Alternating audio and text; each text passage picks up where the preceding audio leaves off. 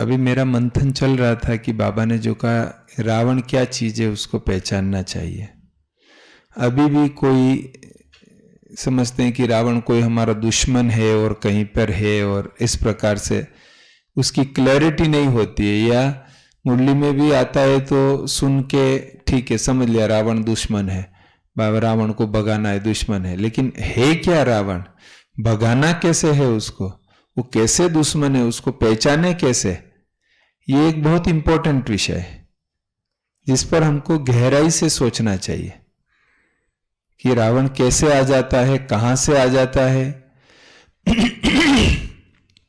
Actually Ravan हमारी एक मनोवृत्ति का नाम है, हमारी ही एक मनोवृत्ति है, हमारे ही मन में उठने वाले एक भाव है, उसका नाम रावण है, और वही हमारा दुश्मन है। हमारा मन का भाव ही हमारा दुश्मन है। ये कोई इदम तृतीयम नहीं है कि कोई बाहर से कुछ आता है या कोई अटैक होता है या कोई सूक्ष्म शरीर के साथ आ जाता है, या ऐसा नहीं है। लेकिन हमारे मन की वृत्तियों में जब किसी भी विकार के अधीन होकर वो वृत्ति बनती है, काम, क्रोध, लोभ, मोह, अहंकार, ईर्ष्या, नफरत, वैरभाव, परदर्शन, पर चिंतन, पर मत, ये जो वृत्तियां हैं, इनमें से कोई वृत्ति अगर हमारे मन में उद्भव होती है, ऐसी कोई सूचना हमको मिली कि देखो आपके लिए वो ऐसा कह रहा था, किसी ने आके जस्ट बोला और हमारे अंदर क्रोध की वृत्ति उत्पन्न हुई या नाराजगी की वृत्ति उत्पन्न हुई, तो वो समझो कि रावण की प्रवेशता हो गई। प्रवेशता कोई बाहर से नहीं होती है, लेकिन आत्मा में ही जब यह मनोवृत्ति पैदा होती है तो जैसे रावण प्रवेश कर गया। तो उस समय हमको पहचानना है कि ये रावण आ गया है और मुझे इसको भगाना है, हराना है, जलाना है। और उसके लिए जब हम साइलेंस का जो प्रैक्टिस करते हैं, उस साइलेंस की प्रैक्टिस में हमको महसूसता की शक्ति हमारी पावरफुल होती है। और जो महसूसता की शक्ति पावरफुल होती है, उससे हम रावण को पहचान सकते हैं, मतलब तुरंत पहचान सकते हैं।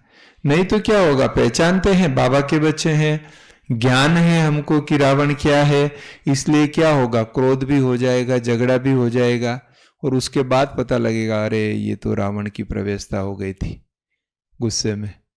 तो वो तब पता लगता है कि अरे रावण की प्रवेशता हो गई। पर होना क्या चाहिए, जैसे ही फर्स्ट थॉट आया और हमको पता लग जाए कि ये रावण की प्रवेशता हो गई है। मैं तो कहता हूं इससे भी गहराई में जाके वह थॉट आवे, ऐसी परिस्थिति उत्पन्न हुई, तभी समझ जाना चाहिए कि ये रावण आने वाला है। ऐसी परिस्थिति आई है कि रावण आने वाला है, और हमको अपने आप ही बोल देना चाहिए मन में ही कि रावण मैं तुझे नहीं आने दूंगी, मैं तुझे नहीं आने दूंगा। आप देखेंगे कि आप बच जाएंगे रावण से। रशिया के एक बहुत अच्छे फिलोसोफर, राइटर और गांधी जी के आध्यात्मिक गुरु हुए थे, लियो टॉल्स्टॉय। वह गांधी जी के आध्यात्मिक गुरु थे और बहुत अच्छी उन्होंने कथाएं लिखी हुई है। उनमें से उन्होंने रावण को बहुत अच्छी तरह से समझाया हुआ है उन कहानियों के माध्यम से।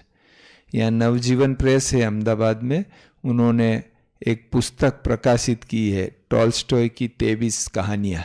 बहुत सुंदर पुस्तक है, समझने जैसी। उसमें एक कहानी आती है जिससे हम समझ सकते हैं कि रावण कैसे प्रवेश करता है और रावण क्या काम कराता है।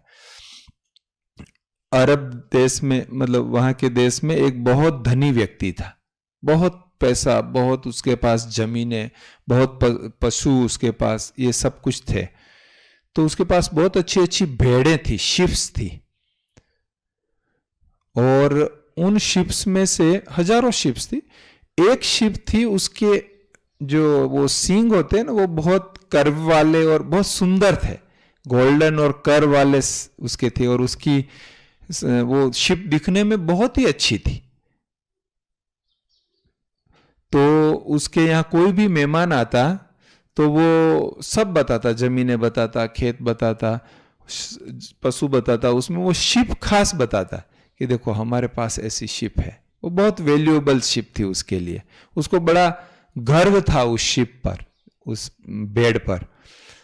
उसके कई नौकर थे और नौकर भी बहुत अच्छे थे, क्योंकि वो व्यक्ति बहुत अच्छा था, बहुत दयालु व्यक्ति था। सबको टाइम पर खाना पीना देना, कपड़े देना, जूते देना, ये करना, बहुत ही वो उनको नौकरों को भी प्यार से रखता था। नौकर भी सब उसको बहुत प्यार करते थे और दौड़ दौड़ के सेवा करते थे, सब उसकी महिमा भी करते थे। तो शैतान को ये पसंद नहीं आया कि अरे मेरे राज्य में भी ऐसा कोई सुखी रह सकता है, इसको तो मुझे दुखी करना है, इसको मैं सुखी नहीं करूंगा। तो उसने, शैतान ने अपने शागिर्दों को बुलाया और कहा कि इस व्यक्ति को गुस्सा कौन दिला सकता है। जो शैतान के चेले थे उनको बुलाया, उसने सभा किया। तो एक ने कहा कि मैं गुस्सा दिलाऊंगा इसको। तो कहा अच्छा जाओ आप गुस्सा दिलाओ उसको। तो कहानी है, तो वो उसका शैतान का जो चेला था वो आया, सूक्ष्म शरीर में जैसे आया और उसके एक नौकर में प्रवेश कर गया। फिर वो नौकर दिन में भोजन करके आपस में बैठे थे, बात करते थे, हंसी मजाक करते थे अपने सर्वेंट क्वार्टर में।